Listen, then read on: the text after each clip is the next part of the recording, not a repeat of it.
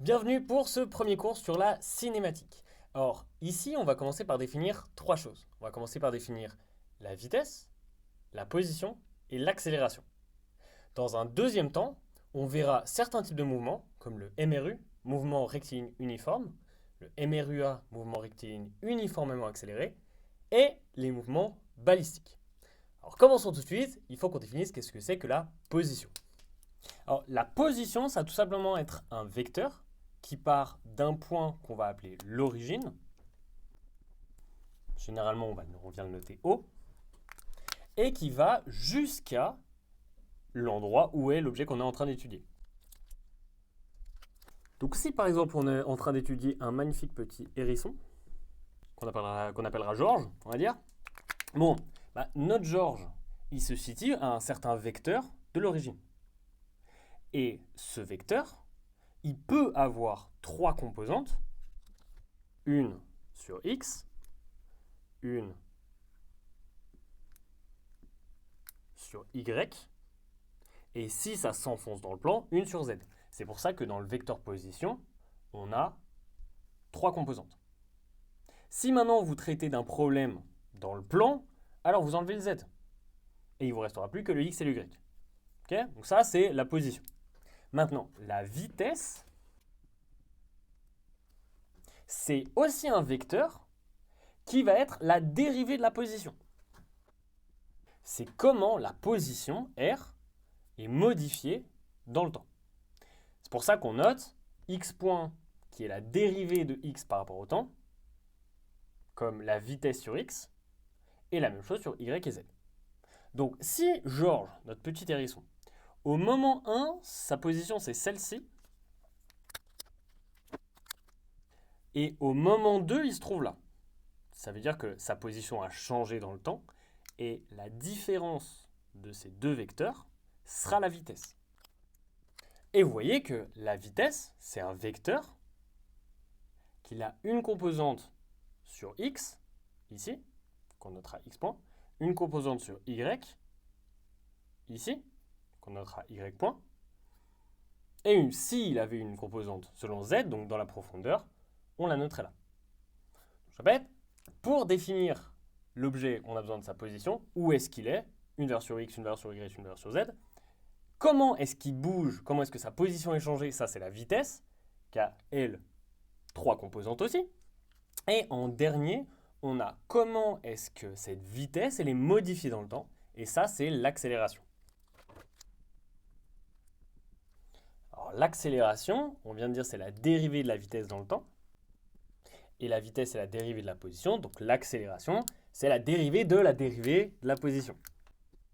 Qu'on note comme ça, qui est la dérivée seconde de la position. Avec ces trois éléments, on peut décrire tout le mouvement de notre cher Georges. Okay, parce qu'on sait où il est, on sait où il va avec la vitesse, et on sait comment la vitesse est modifiée avec l'accélération. Maintenant qu'on a ces trois données, on va faire un petit exemple où on va appliquer sur le MRU, donc mouvement rectiligne uniforme. MRU, mouvement rectiligne uniforme, qu'est-ce que c'est? C'est quand un objet il va tout droit à vitesse constante. Donc on va reprendre notre petit Georges. Il va avoir une certaine vitesse. La question ici, c'est de savoir à chaque seconde où va se trouver notre Georges. Donc ce qu'on fait, c'est qu'on vient poser un repère.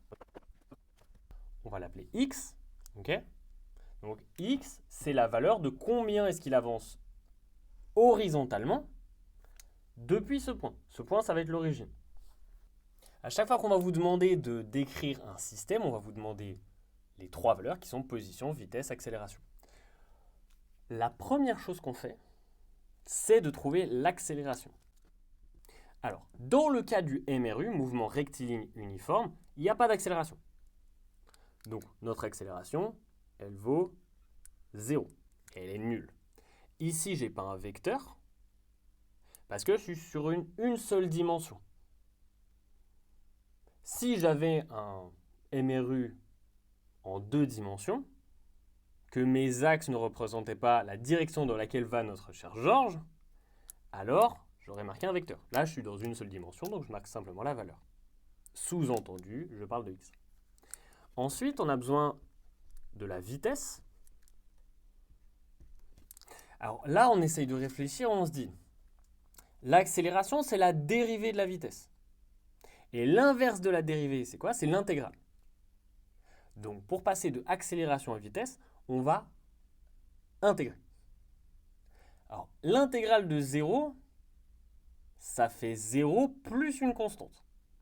Et la constante en question, c'est la valeur initiale de ce qu'on est en train de calculer. Donc ici, V0.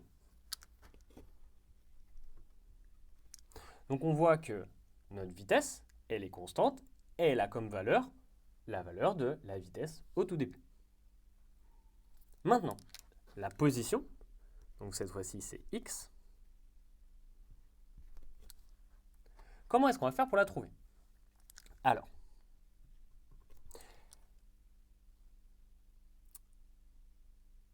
vu que la vitesse est la dérivée de la position, on va faire la même chose qu'on a fait entre accélération et vitesse.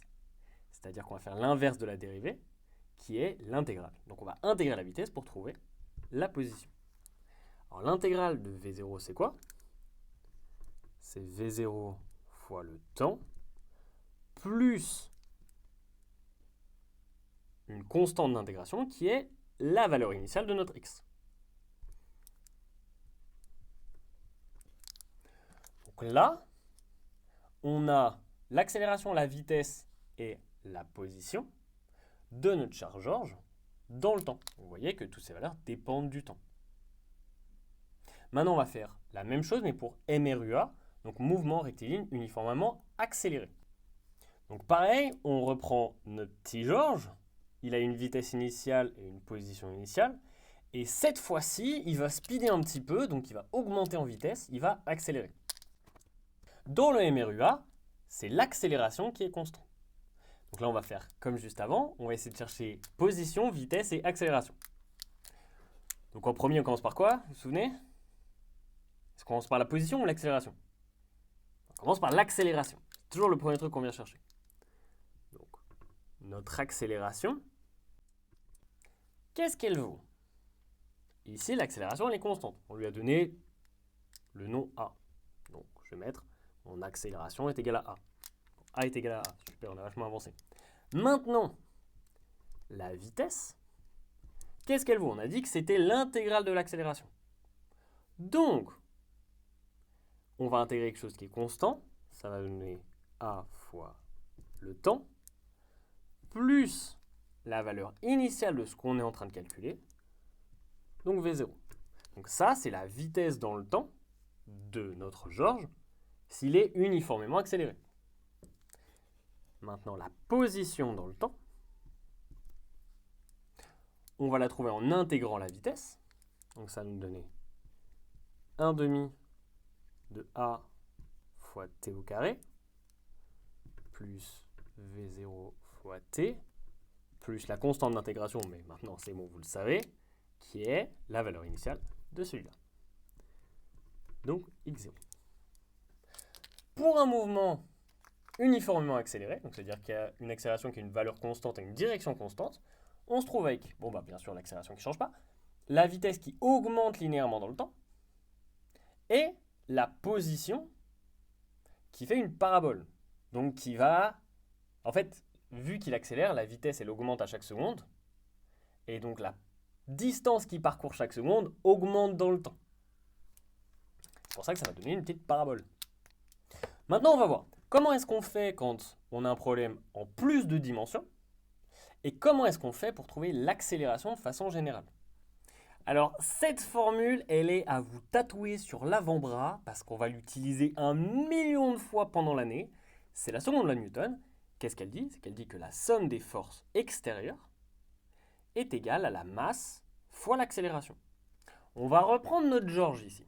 Okay, et Georges, il va subir des forces. Par exemple, il peut subir une force de gravité, qui sera le poids, et il peut subir une force due au vent, qui va le pousser dans cette direction. Au revoir, petit Georges. L'accélération de notre Georges, elle va se calculer avec la somme des forces. Alors là, il faut faire gaffe parce que les forces, c'est des vecteurs. Donc ça veut dire qu'on ne peut pas simplement additionner les valeurs. Il faut qu'on les additionne par axe. Donc en fait, on va prendre toutes les composantes des forces sur l'axe X, on va les mettre ensemble. Et ensuite, on va prendre toutes les composantes des forces sur l'axe Y et on va les mettre ensemble. Donc, comment est-ce qu'on écrit ça? On va avoir la somme des forces qui serait égale à la composante du poids selon X et la composante du poids selon Y. Et la même chose pour la force du vent. Maintenant qu'on a ça, en premier, on va essayer de mettre des choses à zéro. D'accord? On va essayer de mettre certains thèmes. Si on voit géométriquement qu'il n'y a pas de composantes selon un certain axe, on va directement les faire sauter. Le poids, il est uniquement vertical. Donc ça veut dire qu'il n'a pas de composantes selon X. Donc cette composante-là, on va pouvoir la virer, elle sera égale à 0. Maintenant, les composantes du vent, lui, par contre, il a une composante selon X et une composante selon Y. Okay? Donc là, on va faire un truc que tout le monde adore, c'est de la trigonométrie. Pour la trigonométrie, il nous faut un angle. Donc là, je l'appelle alpha. Et je vais vous donner une petite technique un peu rapide pour pouvoir faire les projections sans trop vous prendre la tête. C'est que la partie qui est en contact avec l'angle, c'est le cosinus. Okay? Donc là, je ne l'ai pas mis, mais si on met le repère x, y comme ça, la partie sur x, donc la partie horizontale, ce sera la valeur de la force du vent, sa norme, fois le cosinus de l'angle. Donc cette valeur-là, ce sera force du vent fois cosinus de alpha. On fait gaffe au signe. Ici, cette partie-là, elle va être positive. Ça part vers la droite, dans le même sens que x. Donc, c'est un plus, c'est positif. La partie en y, vu que c'est pas cosinus, c'est sinus. Simple. Une autre manière de voir, c'est, vous voyez que la partie ici du petit triangle, donc du triangle qui fait cette forme-là, elle est opposée à l'angle, donc c'est le sinus. On refait la petite réflexion encore de signe. On voit que ça monte comme cet axe-là du repère. Donc c'est positif. Et donc j'obtiens cette expression pour la somme des forces, puisque le px on l'a fait sauter, et le poids en y, qu'est-ce que c'est? Sa norme, la norme du poids, c'est la masse fois g. Et pourquoi est-ce que j'ai mis un signe moins ici? C'est parce que le poids, il est opposé au repère. Donc là, j'ai ma somme des forces. Et vous voyez que ma somme des forces, elle est selon deux axes. C'est un vecteur. Donc quand on va venir utiliser la somme des forces égale m1, ici, ça va nous donner une accélération sur x et y. Donc là, notre petit Georges adoré, pour trouver son accélération, j'ai juste à diviser ces deux valeurs par la masse. Comme ça, j'aurai une valeur en x, une valeur en y. À partir de cette accélération, je vais pouvoir trouver la vitesse en intégrant. Et à partir de la vitesse, je vais pouvoir trouver la position de notre cher Georges dans le temps en intégrant la vitesse. Maintenant, on va prendre un cas spécifique, ça va être les mouvements balistiques. Bon alors, comme vous vous en doutez, on va prendre notre petit Georges. Ok. On va le mettre dans un canon et on va l'envoyer dans cette direction.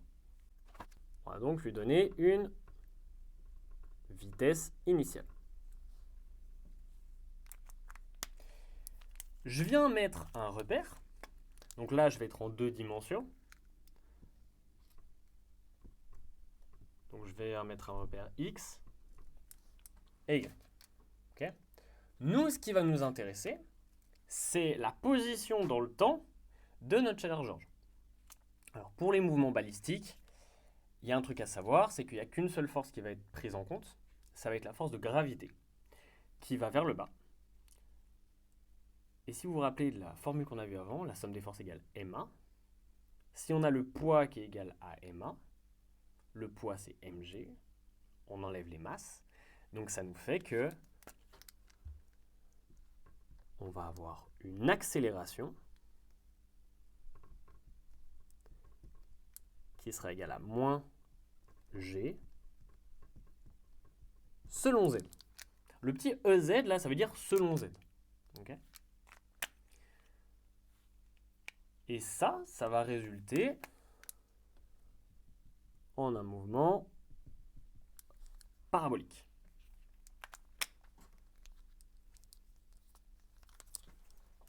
Ce qu'on va faire maintenant, c'est essayer de trouver la vitesse dans le temps de notre George. Alors, en premier, je viens marquer proprement que l'accélération, elle vaut 0 sur x et moins g sur y. Okay. Donc, la vitesse dans le temps, ce sera la primitive de cette expression. Ça nous donne v0 sur x, parce que là, le primitif de 0, ça donne 0 plus la constante d'intégration, sera v0 sur x. Et notre v0 sur x, c'est prendre la vitesse initiale et regarder quelle est sa composante horizontale. Donc celle-ci. Donc si notre angle, il est là et qu'on l'appelle alpha, on l'a fait juste avant, est-ce que ça, ce sera le cosinus ou le sinus? Ça, ce sera le cosinus, puisqu'il est en contact avec l'angle. Donc on a v0, cosinus, alpha. Ok, on est content. Maintenant, on va primitiver ça. Donc là, ça va nous donner moins gt, puisque g est une constante, plus la constante d'intégration. Et notre constante d'intégration, c'est la vitesse. Vu que là, on est sur l'axe y, ça va être la partie ici. Et ça, vu que l'autre c'était cosinus, bah celle-ci c'est sinus.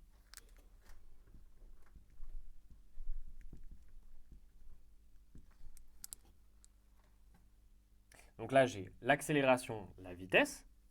Maintenant, il me reste à trouver la position.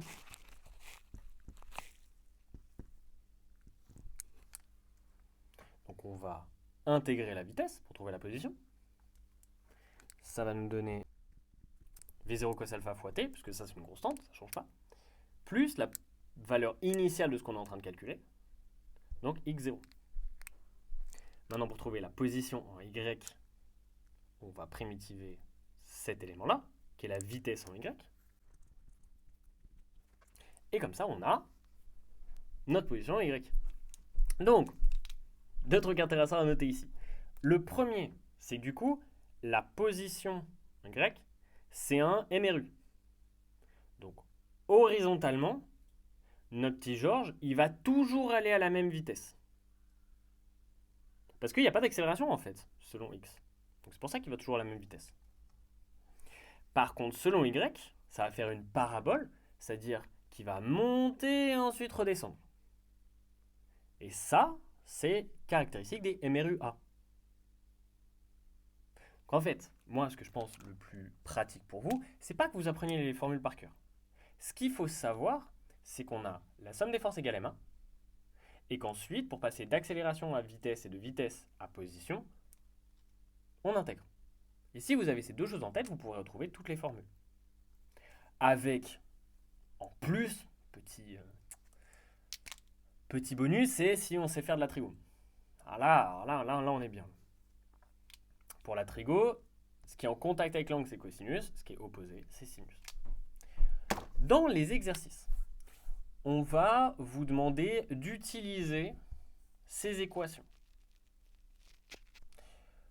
Ce que je vous conseille fortement, c'est en premier, vous posez les équations. Vous les écrivez, vous faites tout le développement sur votre brouillon. Une fois que vous avez vos équations propres, vous les posez sur le papier. Ensuite, on va vous demander, ok, par exemple, quelle est la portée de Georges? Donc, quelle est la distance qu'il va parcourir avant de manger un peu de gazon? Pour ça, vous devez réfléchir, ok, à cet endroit-là, c'est quoi la condition sur mes composantes x et y? Donc, par exemple, quand il touche le sol, c'est que y vaut 0. Donc, vous mettez y égale à 0, touche le sol. Vous venez récupérer votre équation du y, donc c'est laquelle? C'est celle-ci. Et si vous mettez ça est égal à 0, déjà vous pouvez trouver le temps que met Georges à venir toucher le sol. Ensuite, si vous voulez donc la valeur de la portée, vous prenez ce temps que vous venez de calculer et vous l'insérez dans l'équation qui vous donne la position horizontale de Georges dans le temps. Et c'est laquelle? C'est celle-ci. C'est celle sur x. Une autre chose qu'on peut vous demander, c'est de calculer la hauteur maximale, par exemple. Ça se calcule quand Georges il a arrêté de monter, il commence à descendre. Donc ça veut dire que sa position verticale, elle reste la même. C'est-à-dire que sa dérivée est 0. Si on va plus loin, on comprend que, en fait, à cet endroit-là,